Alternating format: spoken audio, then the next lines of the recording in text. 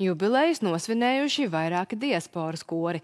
Īrijas latviešu korim LV pilngadība jau 18 gadu, bet korim Ramtai Vācijā 10 gadu. Par koncertiem Dublinā un Ķelnē un to, kas abos bija kopīgs, sadarbībā ar portālu Latviešu.com stāsta Ilze Kalve. Latviešu biedrības Īrijā koris LV pilngadību sagaidīja ar plašu koncertu Dublinā, pieskandinot bijušās baznīcas Velves kopā ar draugiem, 5 latviešu koriem no Lielbritānijas un pa vienam no Dānijas un Nīderlandes, kā arī solistiem un instrumentālistiem. Koris LV jau 18 gadus priecē klausītājus daudzviet pasaulē, taču arī pašu mājās īri novērtē latviešu mūziku, aicinot uzstāties dažādos pasākumos, pat Īrijas Nacionālajā televīzijā un rādio. Inteliģentās īru ģimenēs ir ļoti dziļas kora dziedāšanas tradīcijas, ne tikai muzicēšanas. Tā kā tas viss sasaucās, un tāpēc es domāju arī šeit Īrijā mūs ļoti labi saprot, ļoti labi novērtēja arī tieši šo te koru mūziku, ko mēs radām un ko mēs rādām citiem.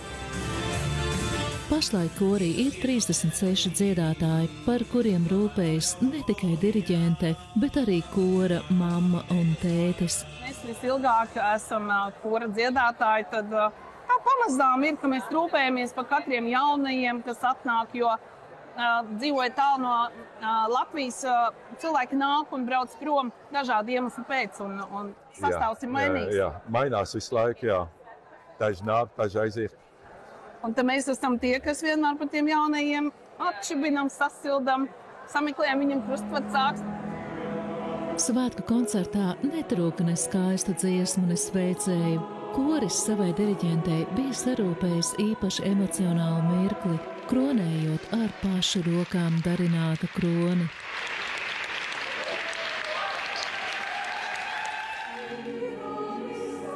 Tikmēr Vācijā Reinzemes koris Ramtai ar koncertu svinēja 10 gadu jubileju Ķelnes Svētā Bonifācija baznīcā, pulcējot ap 150 klausītāju, lielākoties vāciešus.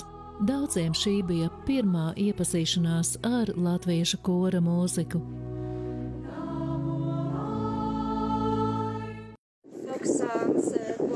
Latviešu tautas dziesmas un īstenībā visas šīs dziesmas dzirdēju pirmo reizi. Tas bija tik ļoti aizkustinoši. Milzīgs paldies par šo koncertu. Esmu dzīvojusi Vācijā, bet savu tēvu man ir latviešu saknes. Dziedāšanā kori ir mans veids, kā sajust savu latviesku pusi un identificēties kā latviete.